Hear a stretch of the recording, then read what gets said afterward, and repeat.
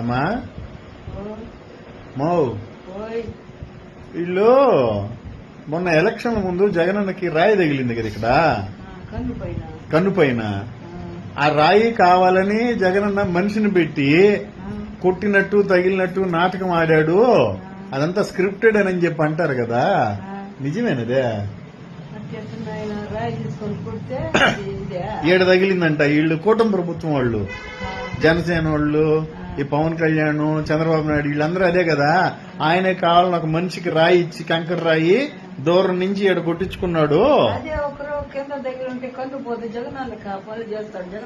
ఖచ్చితంగా కొంచెం కింద వెళ్తే కన్ను పోద్ది కదా. సరే, ఇప్పుడు అది నాటకము. అవును. ఇప్పుడు ఎవరన్నా చెప్పిన వాళ్ళని తీసుకొని వచ్చి సెంటర్ లో నిలబెట్టు. చెప్పిన వాళ్ళని సెంటర్ లో నిలబెట్టు. నిలబెడతాం. నిలబెట్టి నీకు నీ చేతికి ఒక క్యాట్ బాల్ ఇస్తా. నా చేతికి క్యాట్ బాల్ ఇస్తావు. దాంట్లో రాయి పెట్టి గులకరాయి పెట్టుకుంటా. ఆ కన్ను పైన గురిగా కొత్తా. ఇక్కడ కరెక్ట్ గా కొట్టాలి కదా, కొంచెం కింద తగలద్దేమమ్మా. ఆ కన్ను పోతుంది. లేదులే, ఏడు కొడతాను.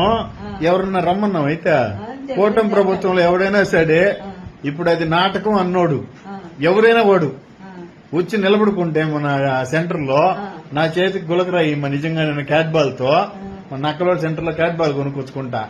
తీసుకొని కరెక్ట్ గా ఏడు కొడతా. దెబ్బ కూడా కార్పొరేటర్ అయిపోతాడు. ఈడ పోయిందనుకో గూడి మెట్ల కడుక్కు ఉంటాడు.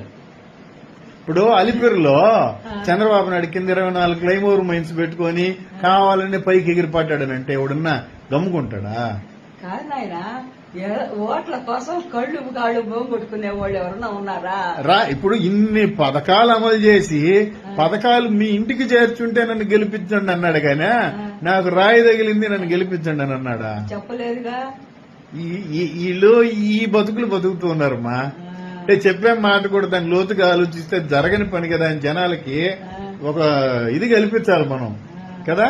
నిజమే, క్యాట్ బాల్ నేను పట్టుకొని రెడీగా ఉన్నా. ఈ వీడియో చూసిన ఎవడైనా సరే కూటమి ప్రభుత్వం నుంచి వస్తే మా అమ్మ చెప్పినట్టు సెంటర్ లో నిలబడండి, ఏడు కొడతా, కార్పొరేటర్ అయిపోవచ్చు. లేదా ఎమ్మెల్యే కావాలా మీ ఇష్టం, మీదేం కావాలనుకున్నా సరే క్యాట్ బాల్ కంకర్రాయి నా చేతిలో ఉంటుంది.